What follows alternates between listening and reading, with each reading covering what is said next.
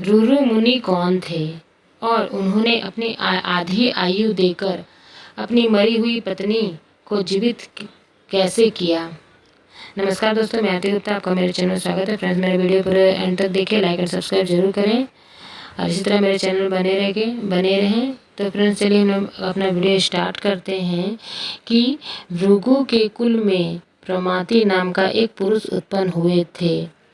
प्रमति की पत्नी का नाम प्रतापी था। प्रतापी के गर्भ से रुरु मुनि का जन्म हुआ था, जो महान तेजस्वी थे। उसी समय की बात है, स्थूलकेशी नाम के कोई एक ऋषि हुए थे, जो बड़े धर्मात्मा और सत्यवादी थे। एक समय की बात है, मेनका नाम की अप्सरा नदी के जल में क्रीड़ा कर रही थी। अप्सरा पर विश्रावसु ऋषि की दृष्टि पड़ी और उन दोनों का संयोग हो गया।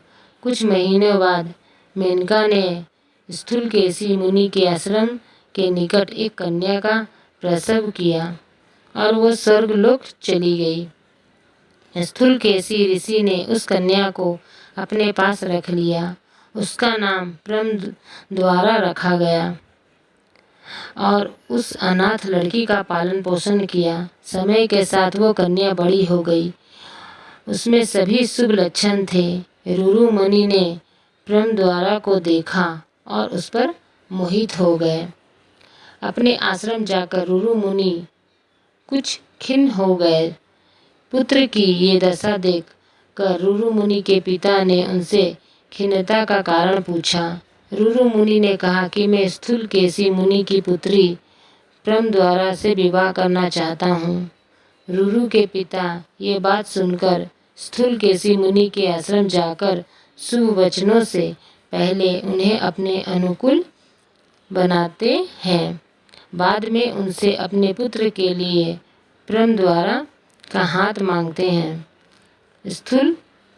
स्थूलकेशी मुनि भी इस विवाह के लिए मान जाते हैं। दोनों मुनि साथ रहकर अपने पुत्र पुत्री का विवाह की तैयारी करते हैं।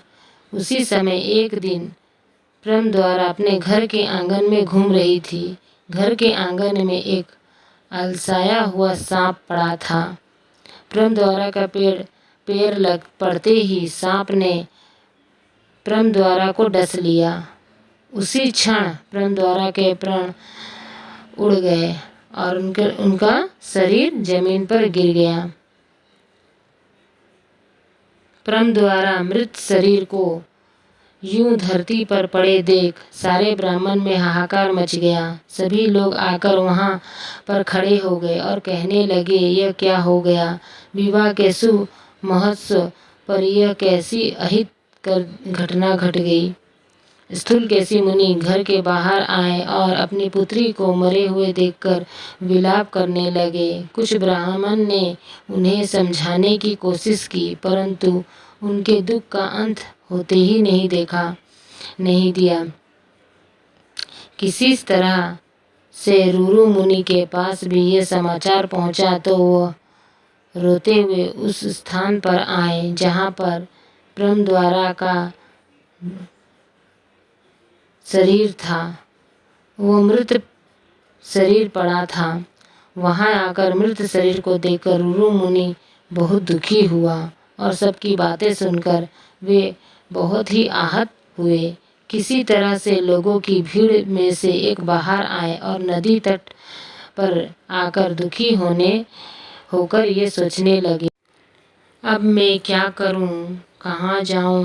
भाग्य ने उस सर्प को वहां भेजा जो मेरे प्रारब्ध को साकार करने में केवल निमित्त मात्र बना था। रुरु मुनि सोच रहे थे, क्या मुझे आत्मदाह कर लेना चाहिए? किंतु आत्मदाह जैसे घृणित कार्य को करने में मुझे क्या मिलेगा? क्या मेरी और प्रिया प्रम द्वारा जीवित हो जाएगी या फिर परलोक में मुझे पत्नी रूप में प्राप्त होगी? ऐसा तो कुछ नहीं होने वाला है, उल्टा मेरे सर पर आत्महत्या का पाप लगेगा। इसीलिए उस समय आत्महत्या जैसे कार्य नहीं करना चाहिए।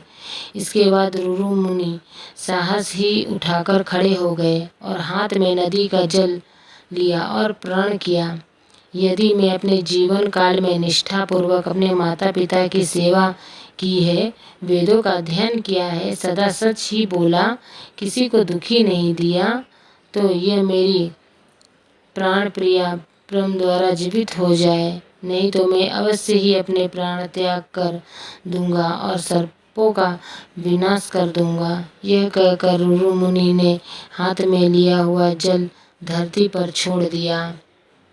रुरु मुनि अपनी भावी पत्नी की मृत्यु का शोक से दुखी होकर यूं विलाप कर रहे थे। तब भगवान का भेजा हुआ एक दूत वहाँ पर आया और रुरु मुनि से कहने लगा, मुनिवर, तुम ऐसे दुस्साहस क्यों कर रहे हो? क्या कभी मरी हुई स्त्री जीवित हो सकती है? तुम अभी परम द्वारा को भूल जाओ। अरे मूर्ख, मरने के बाद कैसा प्रेम? तुम अपने लिए कोई एक दूसरी स्त्री ढूंढ लो और उससे विवाह कर सुखी जीवन व्यतीत करो। ऐसी मूर्खता मत करो। मेनका की ये कन्या थी, इसकी आयु समाप्त हो गई है, इसीलिए इसकी मृत्यु हो गई है। आयु समाप्त होने पर तो सारे प्राणी मर जाते हैं।